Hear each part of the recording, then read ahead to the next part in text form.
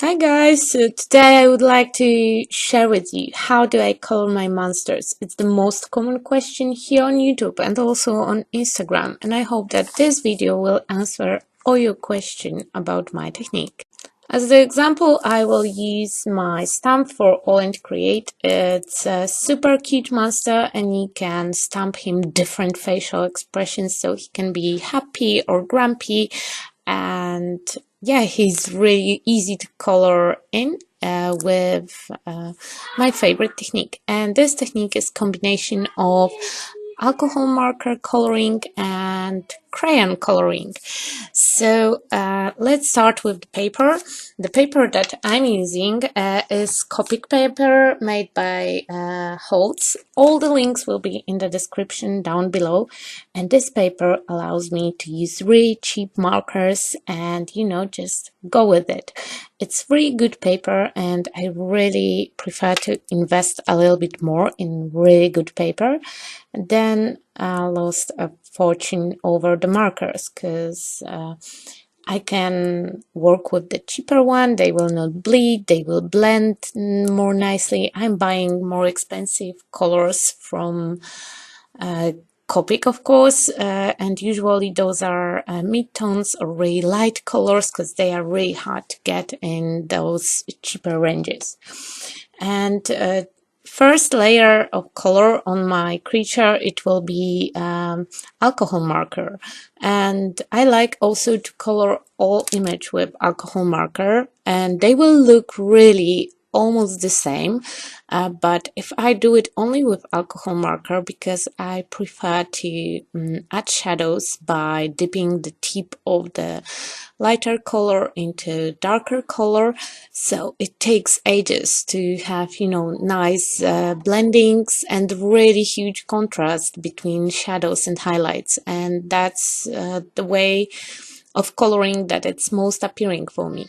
So first I'm just spreading really light blue color, and around the eyes I'm adding purple halo. I'm going over it with this blue shade that will help it to bleed. Colors will bleed in each other, and that will give us really nice blending. On the darkest spots, I'm adding a little bit of my alcohol marker with flicking motion, and also with flicking motion I'm blending it out with the lightest color dipped into the darkest color sample.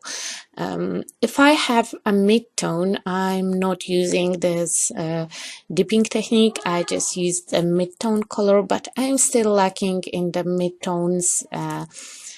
And yeah, but I think that this technique is working for me as well, and I always adding some shadows with crayons right now because I'm really enjoying to using them, but they were not opaque enough for me. I have to work really hard to get whole image colored with crayons, so combination of those two techniques works perfectly for me.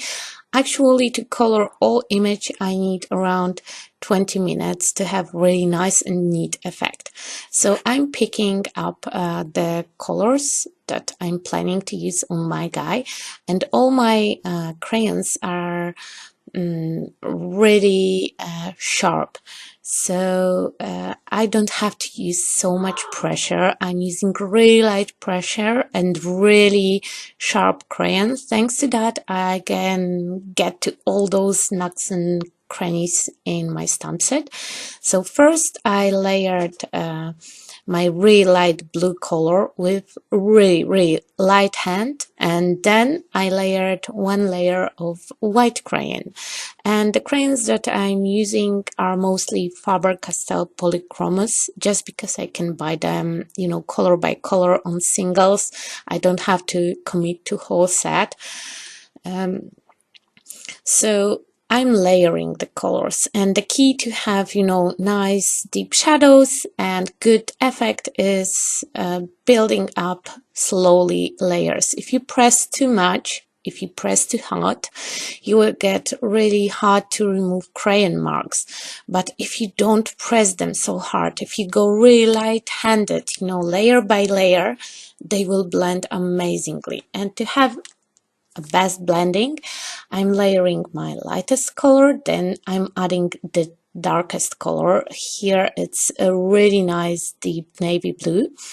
Around the eyes, I'm going with the pinkish purple and with really pink, fuchsia, magenta pink shade, and I'm blending it out with blue around. That will give me really nice smooth transition, but those halos around eyes will be nicely visible.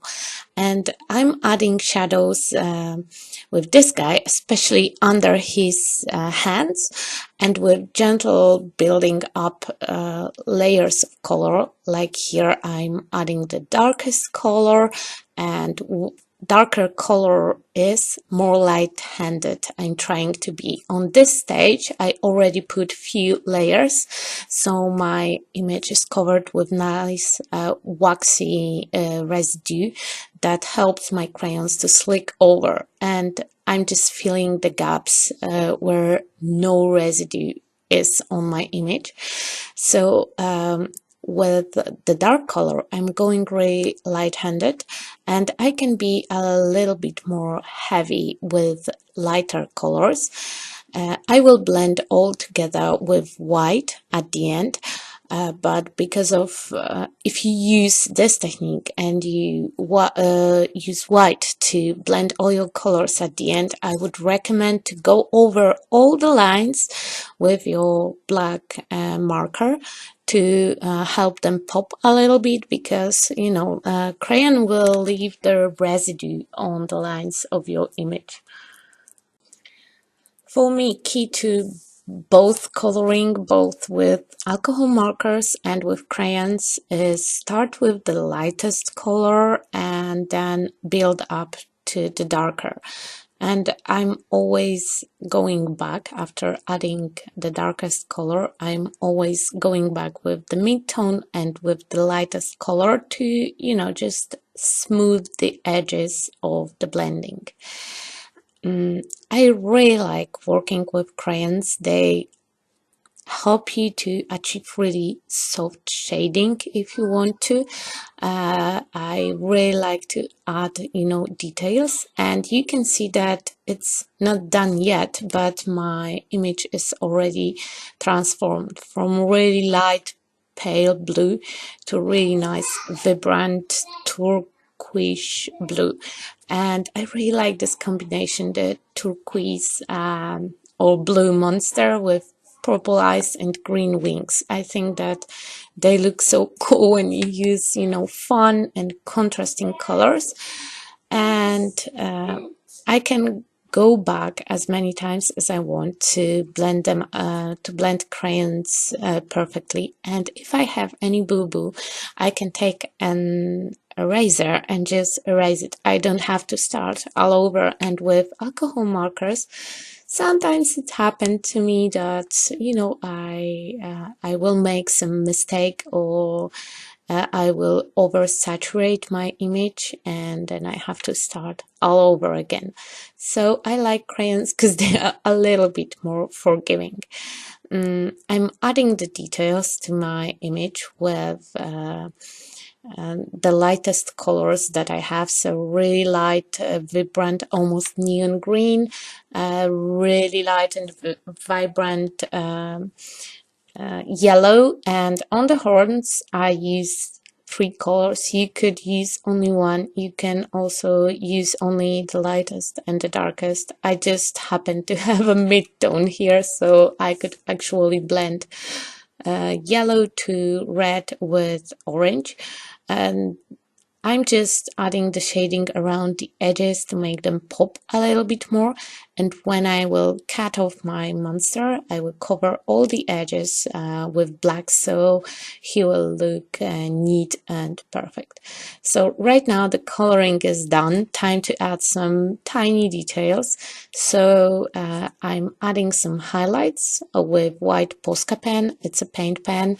I will link one down in the description, and I'm adding accents on the horns and also making some freckles. and a nouveau glittery pen on his wings. It doesn't change so much on the camera, but on real life, he looks so cute. And this dude ended up to be a main feature on my friend's birthday card. So I have just really horrible picture of him. Yeah, but you can see right now on the camera how nice and vibrant he looks. And here we have also few other options, and you know, shadows are the same, technique is the same, just colors are different. Here is exactly the same one. This one is just a little bit more turquoise than blue. I have also a green dude. He's missing white accents, but he have some, you know, nice dark freckles. And here we have an orange one. I really like this one. This one looks like a little devil. Yeah, so okay, that's all for today. Here are some more examples and photos of my colored creatures, and if you like it, give me thumbs up, leave me a comment, and don't forget to subscribe to my channel. Okay, thank you for your attention, and I wish you a nice and creative day. Bye bye.